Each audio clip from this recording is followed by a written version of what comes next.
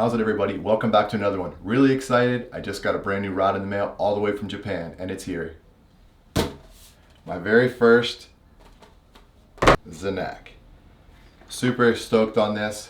This is the Muthos Akuro 100H RG. Quick disclosure, I am not sponsored by any of these companies that I'm going to mention. I bought this rod with my own money. Nobody previewed this video, so sit back, relax, and enjoy. I'm going to take it out of the rod bag and give you my first impressions. There's a few different models when it comes to this. This is known for shoreline fishing.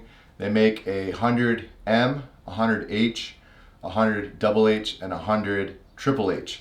They don't have a medium heavy, so I'm going to call the single H, the one I got, kind of like a medium heavy. I already have a Terraleo medium, so I wanted something just a little bit stiffer to work medium-sized poppers and swim baits. So let's take a look at this and we'll go through some of the features together. Starting from the bottom. Very nice, very sleek. It's got the up lock with a locking nut. I don't know if you can see that. One thing that they're known for is the hexagon foregrip. So this has like a hexagon shape to it. Not sure if you can see that, but it is very comfortable on the forearm. Titanium Fuji guides. You'll notice on most popping rods, the first one or two guides is actually backwards. That's to tame the line coming out, so it's not going to get caught on these two feet coming down. So that's kind of done on purpose. There's their logo. It has kind of like a blue thread to it. Very nice. Now we're going to take a look at what really sets this rod apart from other rods, and you're going to see just how many of these Fuji guides it has. It has many, many. Let's take a look. So sick. Wow. This thing is sick. First impressions, super nice. Not very flashy, but elegant. Very elegant.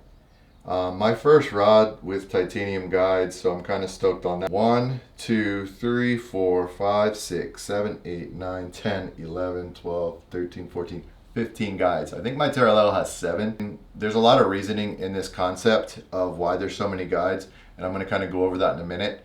Reason 1 is cast feel. It's supposed to cast far even in strong winds due to the many small diameter guides that keep it moving straight.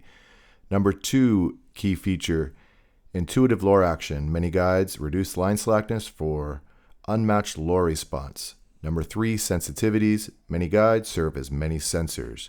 Number 4, power and suppleness. Power when hooking, supple when fighting. Number 5, trouble-free. Say goodbye to line trouble. It actually feels pretty light. They did come out with the Type R recently, which is supposed to be no underwrap, so it's even lighter. But I decided to go with this one, and I'm pretty stoked on it so far. I just got a 6000 Saltiga, and I was planning on using it with this. I'm just not sure,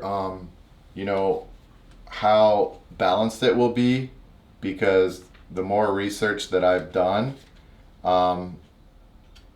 says that this is more suited for an 8 or a 10K, but I think this feels light. I feel like it would work. I'm gonna give it a try, but overall, first impressions, beautiful. This is a 50-50 split. It weighs about 12.5 ounces. This rod can do a lot of things. They have it listed to throw lures from 30 grams to 120 grams, which is crazy. I think the sweet spot is 40 to 100, but that's still very wide range. The jigs that this thing can throw says 30 to 200 grams, which is just crazy. I think the sweet spot is 40 to 150, but it can handle. I wanted a one rod and one reel setup for this summer. I tend to sometimes bring 3 setups. My whipping setup, which is a 5K, my Saragosa 6K with the Terraleo, and then sometimes my 14K twin power with my Okuma custom popping rod. I wanted to just pack a little bit lighter, so I wanted something that would be light but still have backbone and still be able to throw small lures. So my plan is to try using my Saltiga, but I was more curious about how all these guides work.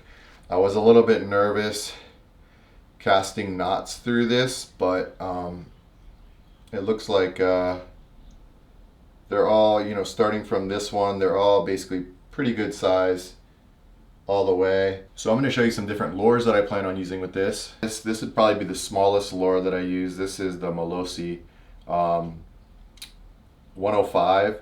This weighs 35 grams, and with these hooks, this weighs close to 40 grams. Rough Waters, this is made on Maui, and this is around 60 grams, probably 65 with the rings and the hooks. So all the way up to the Mark White 3 ounce, this is almost 100 grams, so pretty wide range. I don't throw a lot of jigs, but if I do, I think 60 to 90 will be the sweet spot. Before this, my first, I would say, light plugging rod was a Penn Prevail, and I had 2 of those. Both of them broke. They're pretty cheap, so I feel like if you're just starting out, you know, I know some guys catch on those and they have no problems, but they're under $100. From there, I went up to the Terra Leo and I had 2 of those.